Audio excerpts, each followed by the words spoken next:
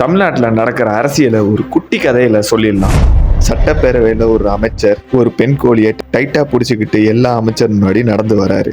அந்த கோழியோட எல்லா இறகையும் புடுங்க ஆரம்பிச்சாரு. அந்த கோழி கடும் வேதனையில அலறத பார்த்த அமைச்சர்கள் பாவம் அந்த உயிரை விதைக்காதீங்கன்னு சொல்லியும் அந்த கோழியோட எல்லா இறகையும் புடுங்கி கீழே விட்ட பிறகும் தன்னோட கையில இருந்த தானியங்களை எடுத்து காட்டும் போது வதைக்கப்பட்ட அந்த கோழி கையில இருக்கிற தானியத்தை சாப்பிட வந்துச்சான். என்னடா இதுன்னு அமைச்சர் கேட்கும் போதுதான் சொல்றாராம், 4.5 வருஷமா அவங்களுக்கு எல்லா இடத்தையும் பறிக்கிறோம், கஷ்டப்படுத்துறோம், உயிருக்காக போராட விடுறோம்.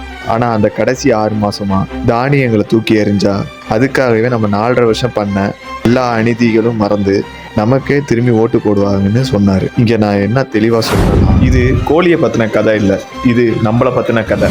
சட்டம் ஒழுங்கு என்னுடைய நேரடி கண்காணிப்புல இருக்கும். தப்பு செய்யறவங்க யாரா இருந்தாலும், மறுபடியும் சொல்றேன், யாரா இருந்தாலும் பாரபட்சம் இல்லாம நடவடிக்கை எடுப்பேன்.